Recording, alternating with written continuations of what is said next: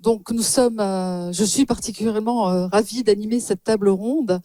Et avant de présenter les invités et de leur laisser la parole surtout, je voulais prendre une minute pour rendre hommage à Lucille Manoury, qui devait initialement animer cette table ronde et qui était la bonne personne, puisqu'elle travaillait à la fois sur la philanthropie, les territoires, la participation des habitants, l'engagement. Et elle faisait d'ailleurs sa thèse sur les potentialités de la philanthropie stratégique dans les territoires. Et Lucille nous a quittés il y a un mois, jour pour jour. Donc je voulais la citer parce qu'il y a des gens ici qui la connaissent et qui l'ont connue et qui l'aimaient particulièrement. Alors, je suis entourée de Laurent Lériot, qui est délégué général de la Fondation Fiers de nos quartiers et qui nous arrive donc de La Rochelle. Sophie Andrès, qui est chargée de projet au conseil départemental des Pyrénées-Atlantiques, et donc qui nous arrive de Pau, ou de pas très loin de Pau. Franck Vialard. Alors Franck Vialard, il a la double casquette, si je puis dire, puisqu'il est à la fois président du fonds de dotation Bordeaux Mécène Solidaire, donc qui est un fonds de dotation territorial à Bordeaux, et qui est un fonds territorial important, et donc qui était pas très loin d'ici, hein, dans la métropole. Et Cécile Malot, qui est un peu partout, puisque Cécile Malot est responsable de la grande cause territoire à la Fondation de France. Donc, elle circule beaucoup. Et nous sommes ravis, et je suis particulièrement heureuse de vous avoir tous les quatre à mes côtés. Alors, la philanthropie territoriale, Cécile, si je commence avec vous, c'est quoi un territoire? C'est quoi la philanthropie territoriale quand on est dans une fondation comme la Fondation de France? Alors d'abord, à la Fondation de France, on a la conviction qu'un territoire, c'est un véritable organisme vivant. C'est pas seulement une caractéristique pour une action, au même titre que on la caractérise par un public, par une époque et par un territoire. Le territoire, c'est un vrai sujet. On peut le comparer finalement à une personne. Un territoire, il est fait d'acteurs, comme une personne est faite d'organes. Un territoire, il se caractérise par une histoire faite de chocs, d'âge d'or, de renoncement et d'une histoire donc. Et qui dit histoire aussi dit récit. Au-delà des informations objectives sur l'histoire d'un territoire, c'est ce qu'on en pense, ce qu'on en dit, qui compte aussi, tout autant que les réalités et les situations sociales et économiques telles qu'on peut les trouver dans un rapport de l'INSEE ou autre. Et ce corps, cette personne, eh bien pour qu'elle se mette en mouvement, il faut que, selon nous, les acteurs, les organes, soient en bonne santé. Et que entre eux, ça circule bien. Et que ce corps, il puisse se mettre en mouvement, faire un pas en avant, parfois des pas de côté, savoir revenir en arrière aussi pour mieux repartir vers l'avant. C'est avec cette conviction aujourd'hui qu'à la Fondation de France, donc, on est en train de réunir plusieurs acteurs philanthropiques, soit des fondations abritées par la Fondation de France, mais aussi des fonds et fondations qui ne sont pas abritées, pour ensemble décider de ce que nous devons faire aujourd'hui pour que les territoires soient en bonne santé, capables de proposer une situation démocratique de qualité qui va permettre à ce territoire de faire face aux grands enjeux de société. Très bien, docteur Malot. Sophie, alors, vous travaillez dans une collectivité. C'est vrai que les collectivités parlent de plus en plus de philanthropie. Ça serait quoi pour vous la définition de la philanthropie? Parce qu'on a tendance à dire les fonds publics diminuent, donc on va voir les partenaires privés, mais c'est pas ça la vraie définition de la philanthropie. Il faut appuyer. Hein. Oui, là, c'est bon. Oui, donc en fait, là, pour une collectivité comme le département des Pyrénées-Atlantiques, la philanthropie, c'est avant tout une formidable opportunité de repenser les coopérations sur le territoire avec tous les différents acteurs qui le composent, comme le disait Cécile. Nous, collectivités, on œuvre pour l'intérêt général et le bien commun. Mais pour pouvoir mener à bien nos politiques publiques, il faut qu'on puisse s'appuyer sur l'expertise des acteurs du territoire. Et la philanthropie, c'est vraiment un espace pour nous, pour pouvoir agir différemment et rassembler toutes les forces vives du territoire au bénéfice du territoire lui-même, mais aussi de ses acteurs. Alors, vous avez dit coopération, on en a entendu parler tout à l'heure brillamment par Juliette Tournant. Et c'est vrai, alors c'est quelque chose qui existe depuis effectivement une quinzaine d'années, mais l'après-Covid nous a dit que si on voulait travailler mieux et sur du long terme, il fallait travailler ensemble, quelle que soit la nature des acteurs que l'on pouvait être. Donc, est-ce que vous deux, par rapport à ça, parce que vous avez aussi un projet en commun, Fondation de France et Conseil départemental, qu'est-ce que ça représente les coopérations? Et je demanderai ensuite à nos deux autres participants des exemples aussi à l'échelle très territoriale. Alors,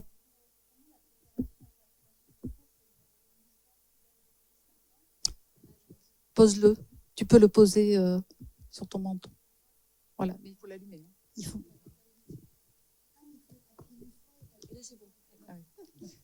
Je suis une professionnelle des tables rondes. Voilà. Oui, donc l'histoire avec la Fondation de France, nous, la collaboration et la coopération, elle a commencé il y a 5 ans. Il a fallu qu'on apprenne, nous, institutions, à comprendre ce qu'était la philanthropie, ce qu'étaient les coopérations dans ce modèle qu'on a appris à découvrir. Et c'est vrai que la coopération, dans le cadre de cette collaboration, elle a surtout pour intérêt d'agir différemment et de détecter les envies d'agir des uns et des autres et de pouvoir les accompagner au bon moment quand les uns et les autres sont prêts. Et l'idée, effectivement, on a un projet, on a cette idée de déployer une fondation territoriale sur le territoire des Pyrénées-Atlantiques. Mais cette idée, elle ne trouvera vie que si elle rencontre les envies des acteurs du territoire. Et on n'a pas envie de forcer la main, on a juste envie en s'appuyant sur des experts, de pouvoir permettre à chacun de se saisir de cet outil quand il le jugera nécessaire et quand on aura réuni quand on sera arrivé au bon moment, en fait, cet outil se déploiera sur le territoire et il trouvera tout naturellement sa place et il permettra de pouvoir envisager de nouvelles formes de coopération et d'embarquer le plus en plus de personnes dans cette dynamique-là. Et c'est vrai que c'est plutôt ça qu'on a envie de mettre en place sur le territoire départemental. Peut-être que ce que je peux rajouter, c'est que pour nous, la coopération, c'est à la fois un engagement fort et des renoncements.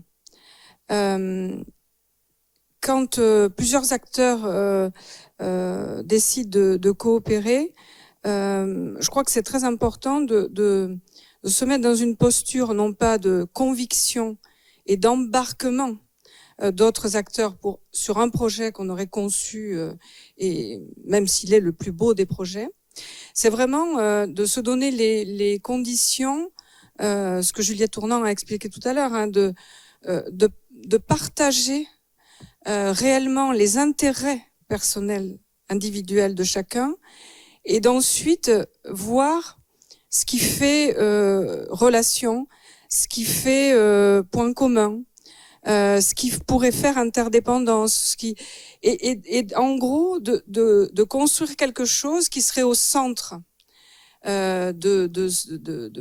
entre les différentes parties prenantes de la coopération. Ça veut dire chacun va rester dans ce qu'il est avec son âme, et il ne s'agit pas de gommer ça, mais en même temps de pouvoir renoncer à certaines choses au nom de cet espace commun, de cette chose qu'on va construire et dont on ne connaît pas les contours et le contenu quand démarre le processus de coopération. Et deuxième condition pour moi, je crois vraiment de plus en plus, ça c'est mon expérience aussi en tant que précédemment déléguée générale de la Fondation de France Méditerranée. Pendant des années, j'ai accompagné ce type de démarche. C'est une affaire de personnes. C'est une affaire de personnes, de rencontres entre des personnes et d'éthique individuelle et collective.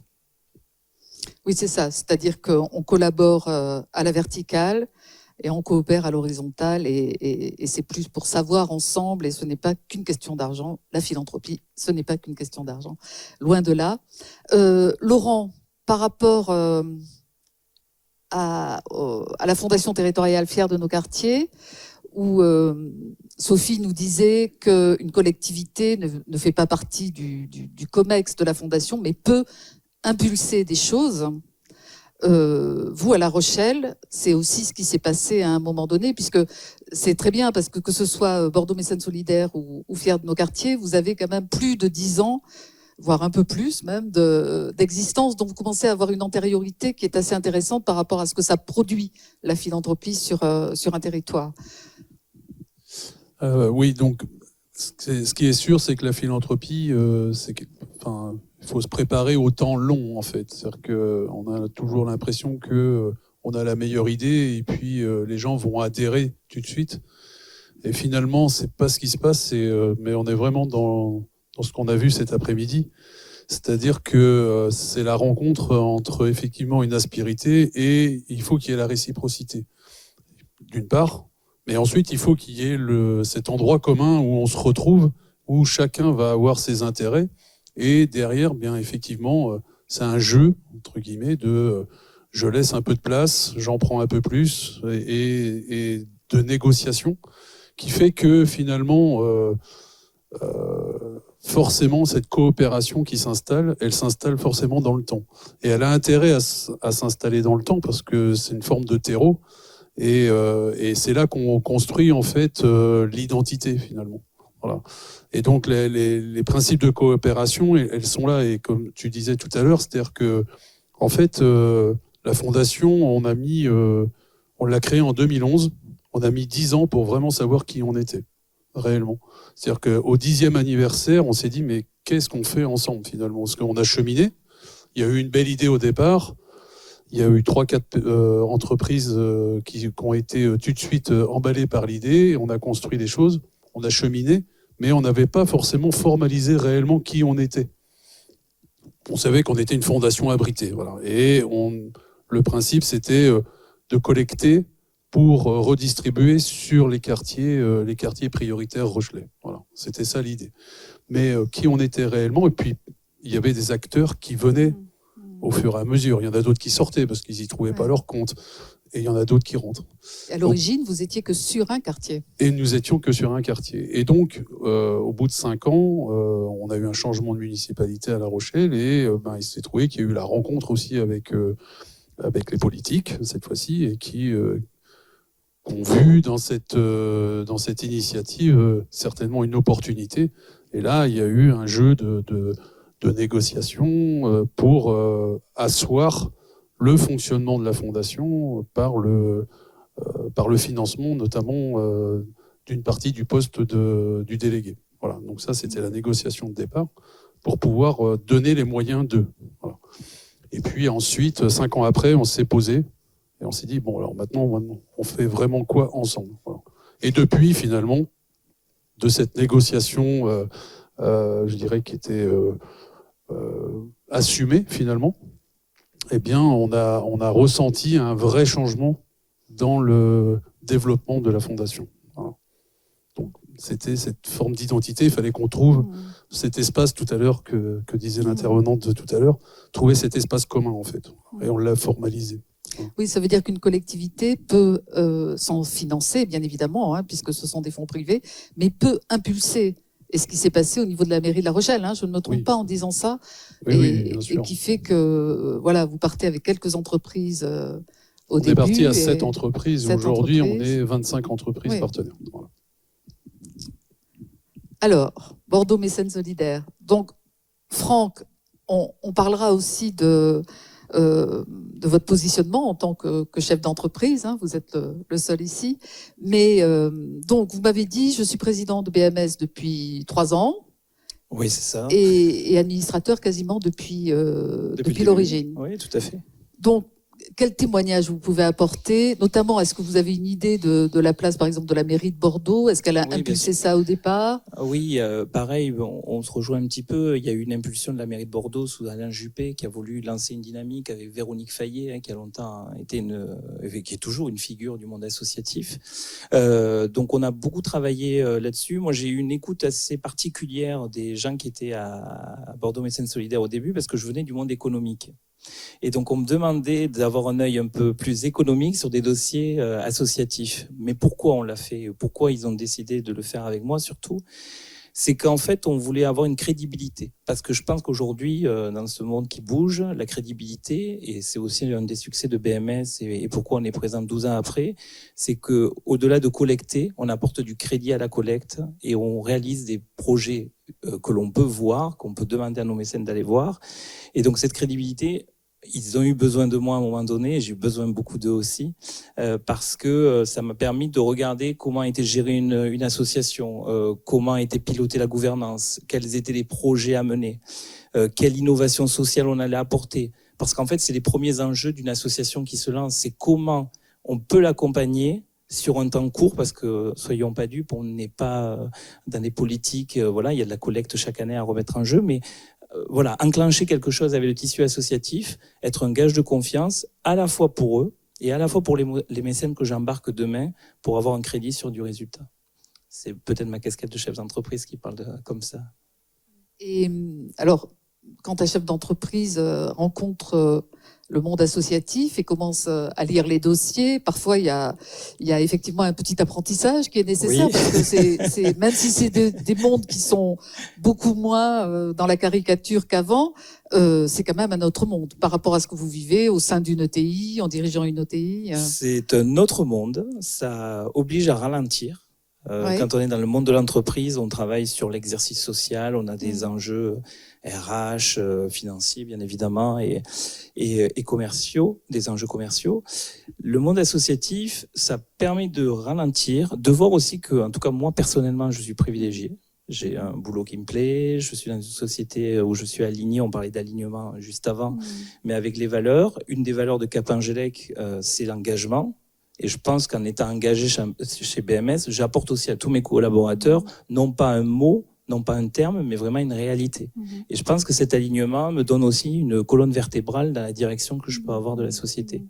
Et comment vous communiquez auprès de vos collaborateurs pour parler de BMS? Est-ce qu'il y a des newsletters? Est-ce qu'à un moment donné, c'est dans le cadre de réunions? Alors, déjà, vous savez, les entreprises, aujourd'hui, on est assez contraints. Enfin, déjà, on fait de la RSE, mais on nous contraint à en faire, ce qui est pas... Enfin, voilà, il faut éviter les écueils. Mais donc, du coup, oui, je valorise bien évidemment le bilan de BMS.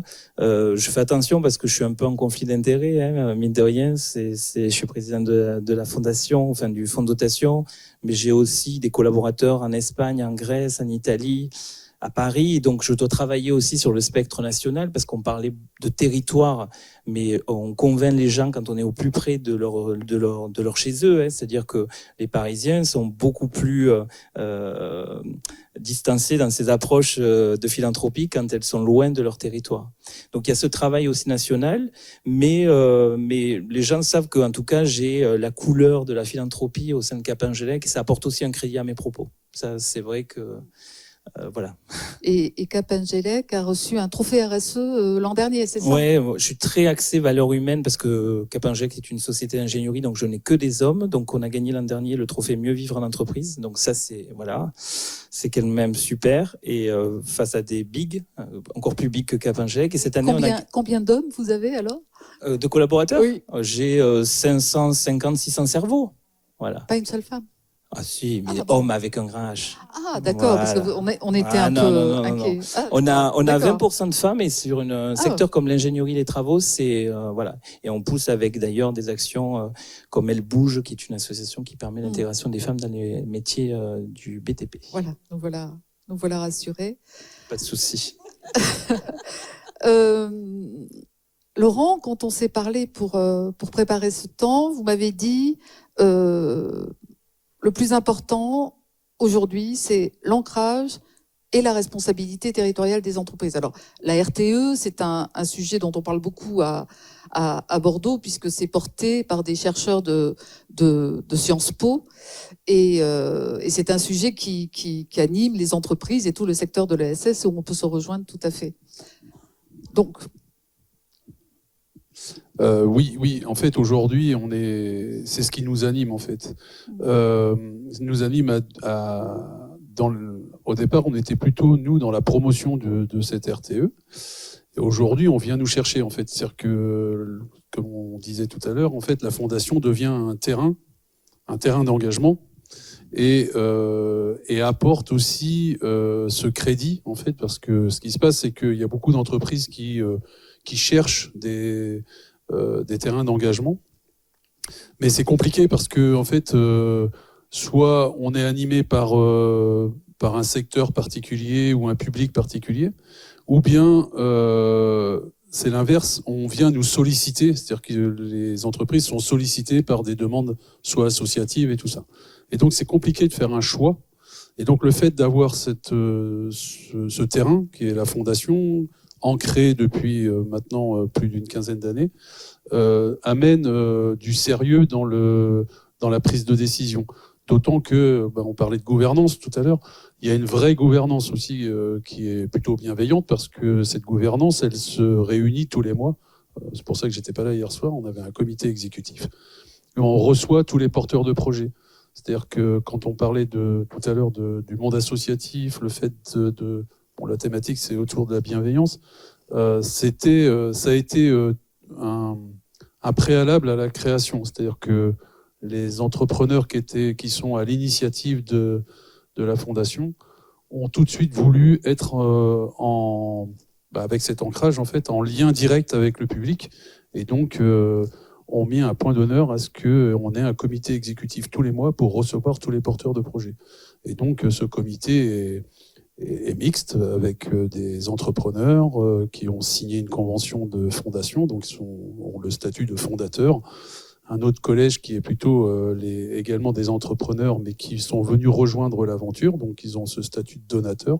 Et on a également dans notre collège ce qu'on appelle des personnes qualifiées. Donc ce sont des gens des quartiers qui ont une connaissance fine de ces territoires, de manière à pouvoir éclairer les décisions des membres du comité. Voilà, donc c'est ça l'ancrage en fait. Et l'idée de la fondation. Alors, on l'a pas dit, on est également sous égide on est abrité à la Fondation de France. Et on est la fondation qui a le territoire le plus petit, en fait, et celui qui agit en hyper proximité. Voilà. Donc, c'est ce qui fait la particularité de cette fondation-là. Ça veut dire que vous êtes beaucoup sur le terrain. Vous allez les chercher, les projets. En fait, moi, là, je vais parler de moi, mais j'aime pas trop ça. Mais oui, dans une journée, je peux aller voir 2 entreprises et puis, en même temps, je peux passer par les quartiers pour aller voir 2-3 associations. Et puis, au détour, je rencontre 2-3 jeunes qui ont une volonté de projet, comment on peut les accompagner à la construction de leur projet. Voilà. Donc, c'est ça, en fait. Si on parle de la responsabilité territoriale des entreprises, Sophie, donc vous êtes sur un projet, en tout cas, qui suit son cours de fondation territoriale avec la Fondation de France, et vous avez aussi soumis une contribution au comité scientifique de la RTE. Donc peut-être aussi redire ce qu'est la responsabilité territoriale des entreprises, parce que très souvent, les chefs d'entreprise nous disaient au début « Ah ben oui, moi je suis sur un territoire, donc j'en fais sans le savoir ». Comme Monsieur Jourdain, c'est un peu plus complexe que ça, mais effectivement, ce n'est pas une norme, hein, c'est un concept, et c'est ce basculement vers le collectif. Oui, alors la responsabilité territoriale des entreprises, je vais paraphraser les chercheurs qui travaillent dessus, c'est entreprendre en collectif au bénéfice du bien commun et des territoires. Et c'est vrai que pour nous, c'est une candidature qu'on a déposée avec la Fondation de France Sud-Ouest, qui nous accompagne toujours sur ces réflexions et ces sujets. Et c'est important pour nous d'être accompagnés. L'idée pour nous, département, c'est aussi de pouvoir recréer du lien avec les entreprises, parce que pendant très longtemps, les départements ont pu accompagner financièrement et en ingénierie les entreprises de leur territoire. Depuis 2015, ça n'est plus possible. Donc, on est allé sur ce sujet d'une fondation territoriale, coopérer avec des entreprises desquelles on s'est éloigné par la force des choses via des lois organiques, c'est difficile. Donc on avait besoin aussi de recréer du lien et de rééchanger sur ces sujets d'engagement et de coopération avec les entreprises. Et pour nous, l'opportunité d'avoir été retenu à ce programme de recherche qui va durer 3 ans, c'est aussi de pouvoir poser des éléments de langage, un cadre, et de pouvoir faire monter en connaissance les entreprises du territoire sur ce sujet de quelle est ma responsabilité vis-à-vis des entreprises, vis-à-vis du territoire. On n'est pas sur une injonction de leur dire vous êtes sur un territoire, vous devez rendre au territoire ce que le territoire vous a donné. On est vraiment sur cette idée de dire on fait tous partie du même territoire et vous, entreprises comme nous, fonctionnaires, habitants, associations, collectivités, on doit tous vivre ensemble sur ce territoire et permettre son développement, chacun à sa place et chacun avec son rôle. Et ce programme-là de responsabilité territoriale va nous permettre d'aller encore plus loin dans la compréhension de l'engagement des uns et des autres au bénéfice du territoire.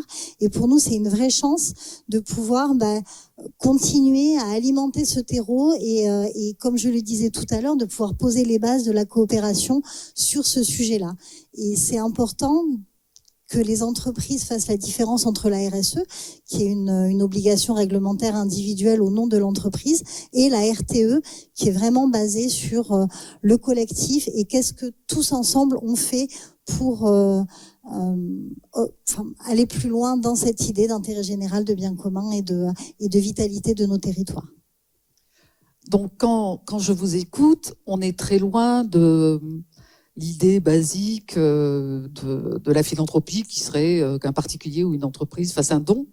Et par rapport à la définition que vous donniez du territoire, on voit que, effectivement, comme je le disais au début, c'est pas une question d'argent simplement. On voit que les entreprises sont aussi sur de l'extra-financier.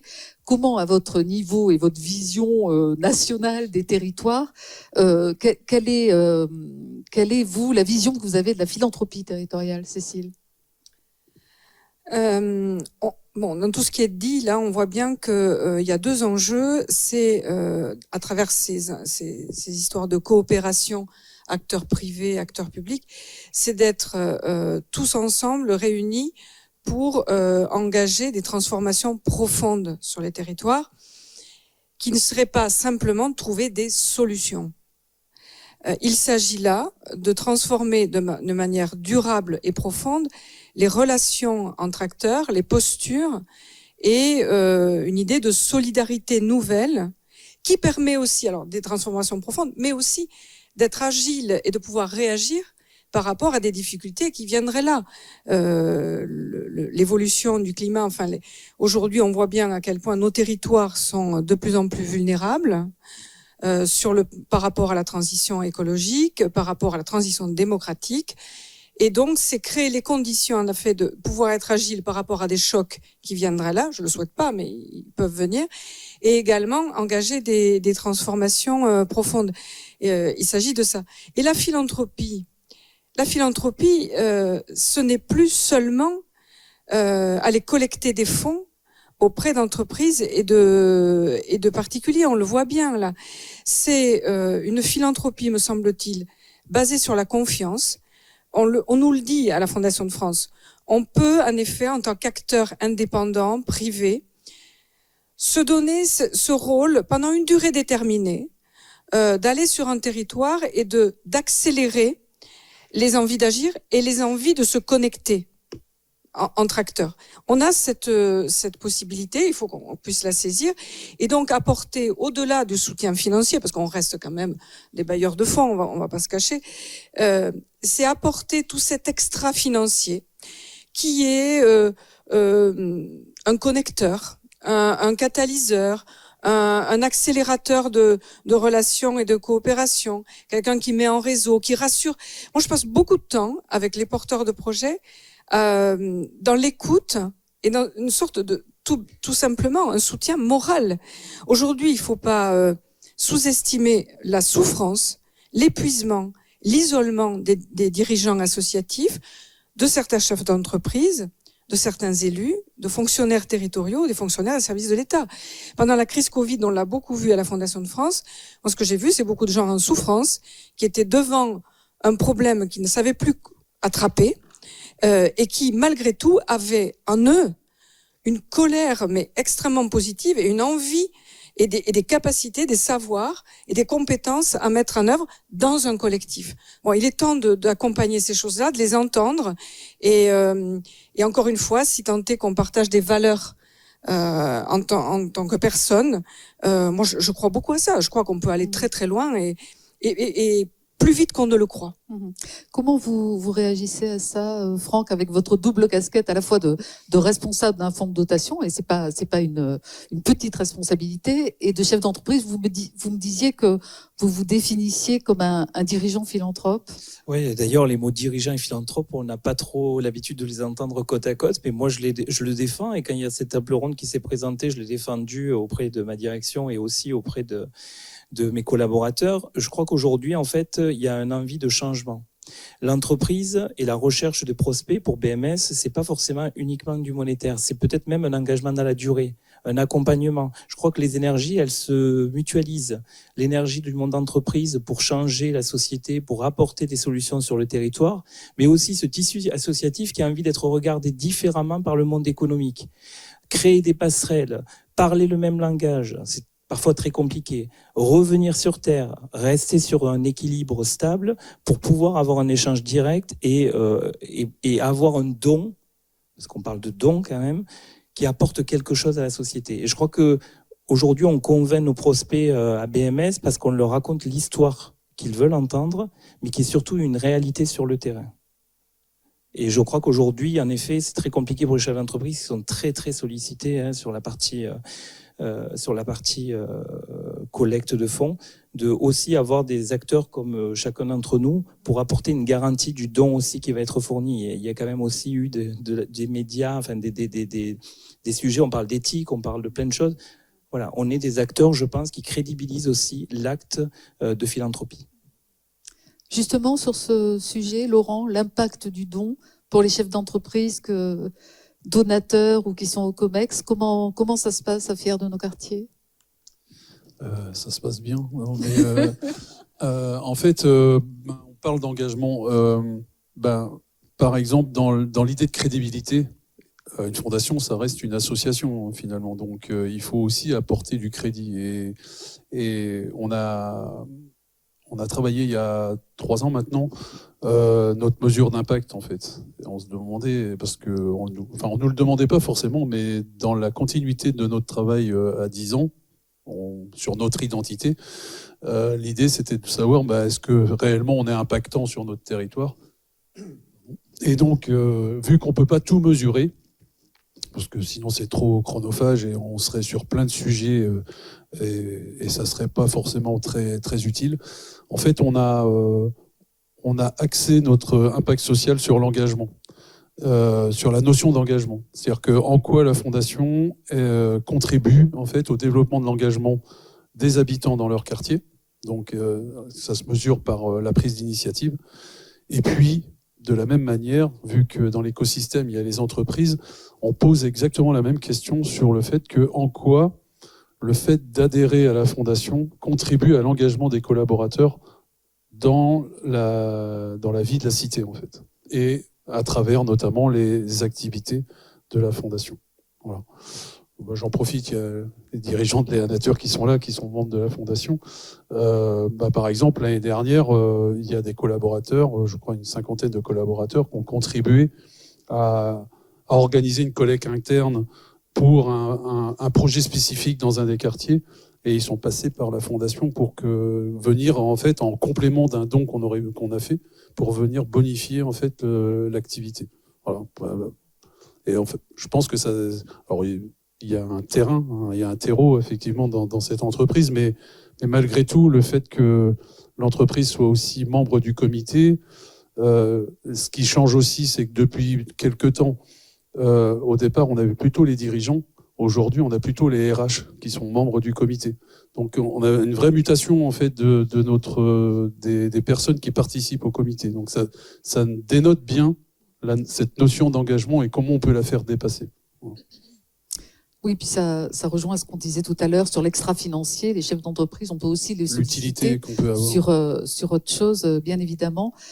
Sophie, sur votre territoire, et peut-être dans cette idée de pouvoir impulser cette fondation territoriale, comment elles peuvent s'engager, les entreprises? Comment elles s'engagent dans les Pyrénées-Atlantiques?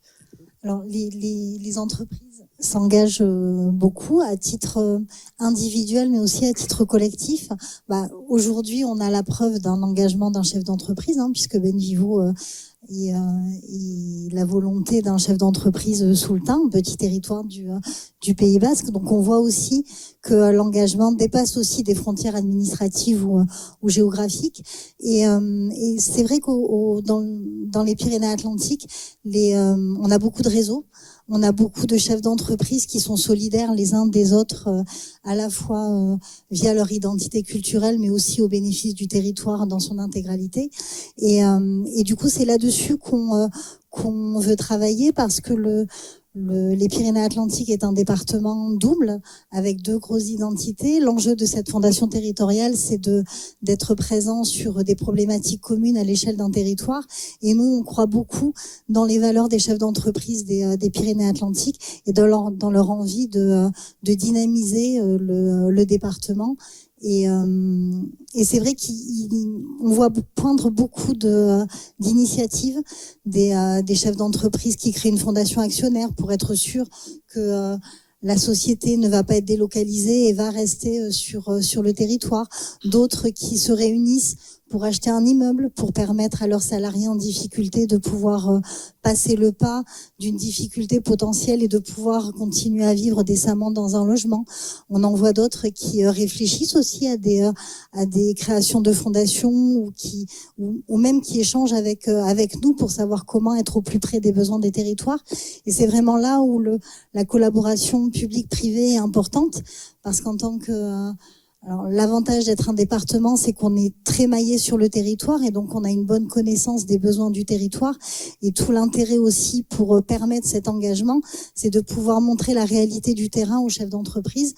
Et parce qu'on le disait tout à l'heure, je sais plus lequel le disait, mais même si l'envie d'engagement est présente, parfois sa réalisation est compliquée parce qu'on ne sait pas trop comment prendre les choses en main. On ne sait pas trop, la jeunesse, qu'est-ce que c'est sur un territoire, quels sont les acteurs, quels sont les besoins, comment s'engager juste sur le territoire.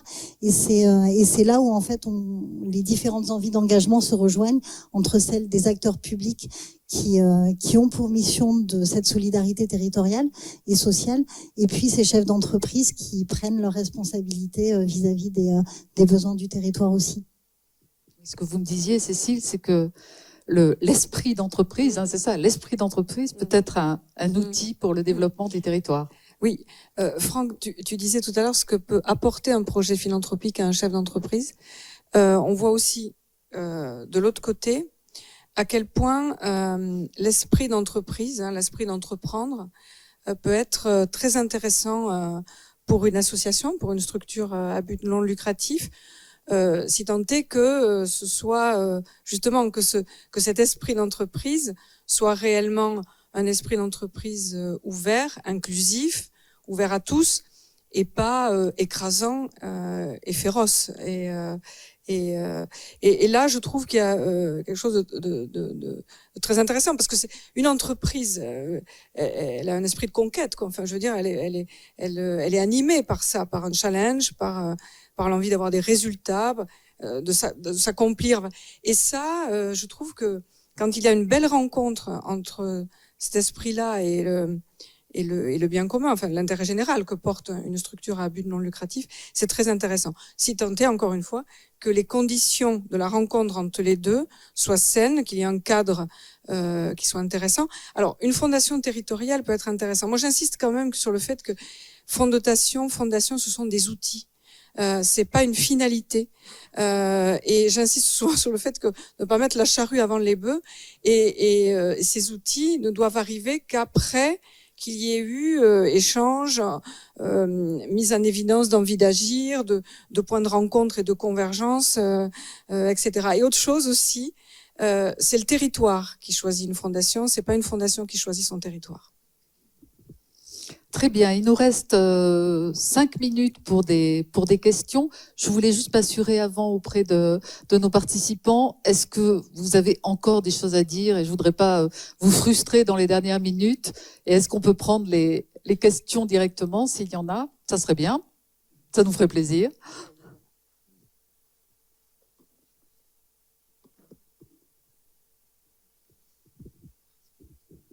Oui, bonjour. Merci pour toute votre présentation. Séverine Tchenik, je suis DAF et DRH au Centre national chorégraphique Malandin et Biarritz, donc sur le département des Pyrénées-Atlantiques.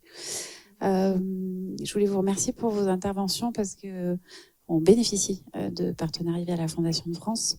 On a travaillé sur le mécénat. On monte en compétences en interne depuis, on va dire, 5 ans, grâce au Covid. Le Covid faisant force grâce au Covid. Mais ouais, mais c'est très bénéfique le Covid, c'est qu'à un moment donné, il faut se révéler inventif, créatif quand il n'y a plus d'argent, quand tout s'arrête, puisque nous on faisait partie des inutiles de la société. Du coup, quand tout s'arrête, faut quand même réagir. Et je voulais réagir sur le temps long. Le temps long, il est long. Pour les associations et en même temps il est génial parce que aujourd'hui je pense on compte on va dire 10 entreprises partenaires qui sont vraiment chouettes. On a plein de petits mécènes particuliers et entreprises à plein d'échelles différentes. On a des relations hyper diversifiées avec chacun. C'est un outil du quotidien à tisser comme relation. On n'est jamais certain parce qu'on n'est pas très professionnel. Je vois dans notre équipe, il n'y a personne qui s'est dit tiens, un jour, je vais faire du mécénat et je vais faire du partenariat. Et en fait, on s'est serré les coudes à 4-5 dans l'équipe. Qu'est-ce que vous diriez, du coup, ce message était plutôt pour Laurent, qu'est-ce que vous diriez à des associations qui essayent d'être professionnelles, parce que on a quand même une grosse structure derrière qui fait que parfois on a l'impression que les entreprises elles nous prennent pas aussi au sérieux alors qu'on parle le même langage. Moi je vais parler moi j'ai 62 ETP, 160 salariés, j'ai un chiffre d'affaires, j'ai la même chose, j'ai le même langage que vous en tant que DAF DRH. Et pourquoi des fois se creuser, il est tellement, on a l'air énorme. Et quel conseil vous donneriez à vos collègues entreprises et à nous associations pour c'est quoi le mot? Est-ce qu'il y en a? En fait, je suis confronté exactement à la même chose que vous. En fait. C'est-à-dire qu'aujourd'hui, je disais qu'il y avait 24 entreprises qui étaient membres de la Fondation. Si je fais le décompte depuis 2011, il y a 60 entreprises qui ont adhéré à la Fondation. Voilà. Donc, en fait, je suis confronté exactement... Donc, j'ai pas le mot. Je sais pas, en fait. Une chose est sûre, c'est le projet qui fait l'ancrage en fait. C'est-à-dire que il faut que se réunir sur, il faut qu'on soit d'accord sur le projet. Et bon, la danse ou autre, des fois, il y a des gens ils sont hermétiques, quoi. Donc comme moi, les quartiers prioritaires, il y a les gens sont hermétiques. Donc j'ai beau leur parler qu'il y a des gens formidables, que c'est des quartiers où il y a de la convivialité, qu'on y vit bien, avec des difficultés, mais on y vit quand même bien et qu'on a besoin d'argent pour que ça continue. Ça le fait pas non plus, quoi. Donc c'est vraiment ça, c'est la rencontre autour d'un projet qui fait que les gens vont adhérer, quoi. Enfin, moi, je crois beaucoup en ça, en fait. Donc, des fois, on y va avec la fondation. C'est-à-dire, c'est quoi la fondation? Des fois, on y va avec un projet que l'on veut défendre. Et on sent que ce projet-là va accrocher le mécène, le futur mécène. Voilà. Mais c'est pas toujours évident non plus.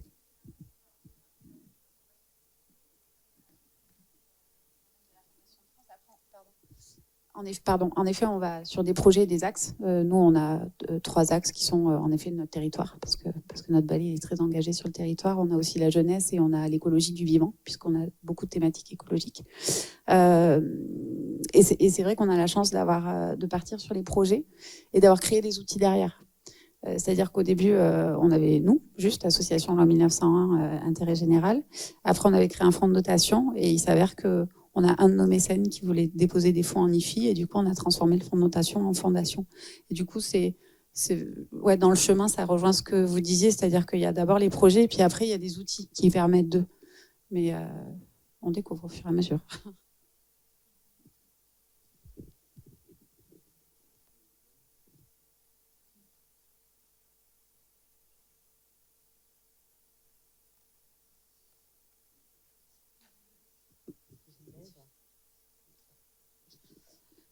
Comme ça, là, ça va, tout le monde m'entend parce que je suis pas habituée. Alors, je vais rebondir par rapport à ce que vous disiez. Vous dites qu'effectivement, qu'il y a les projets, mais je pense qu'aussi, il y a aussi une compétence commerciale, que même s'il n'y a pas une adhésion forcément au départ sur le projet, mais je pense qu'il faut aller chercher l'adhésion et les financements. Donc, il faut prospecter, et puis il faut y aller, il faut le vendre, le produit. Je dirais que c'est la base, effectivement, pour moi, à mon sens, du mécénat. Voilà. Je te laisserai après. Ouais, en fait, je suis d'accord avec vous. Simplement, nous, on a un parti pris. On fait pas de commercial. C'est-à-dire qu'on va s'appuyer sur le réseau des entreprises parce que, en fait, on a, encore dans le principe de notre travail il y a 5 ans, on a réaffirmé nos valeurs. Et en fait, dans ces valeurs-là, en fait, on se retrouvait pas dans les moyens d'aller chercher des nouveaux mécènes.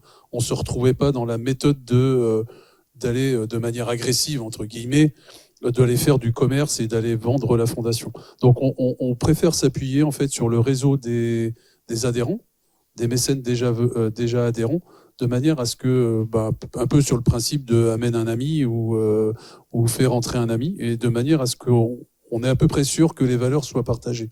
Voilà.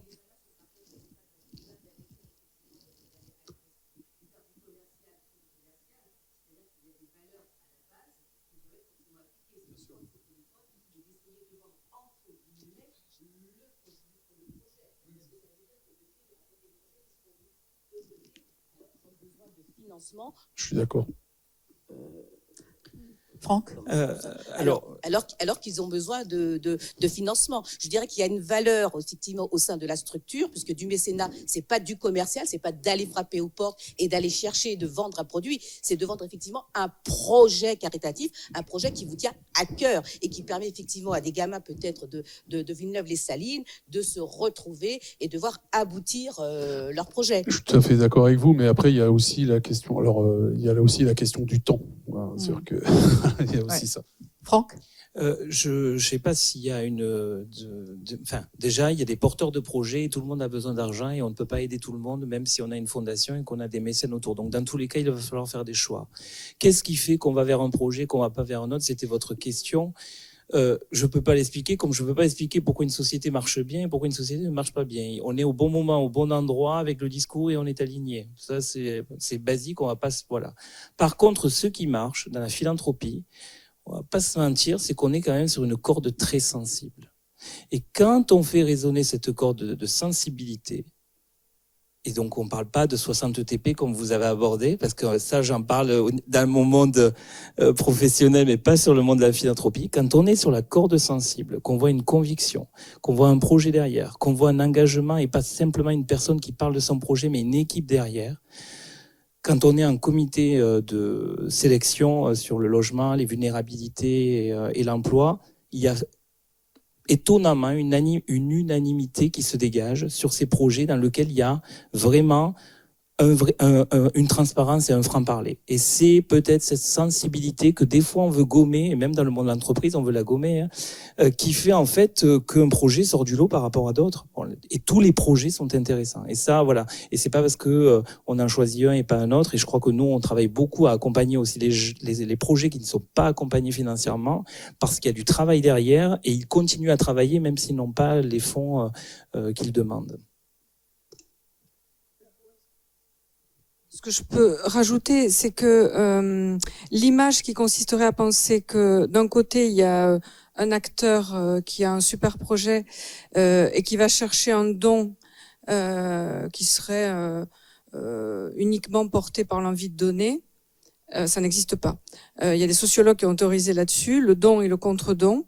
Et c'est vrai que sur des projets, et notamment des projets culturels, ce qui peut être le contre-don, c'est-à-dire l'attente au fond du donateur, c'est d'avoir une expérience humaine, c'est d'avoir quelque chose qui serait un supplément d'âme, qui dépasserait un contre-don matériel au fond.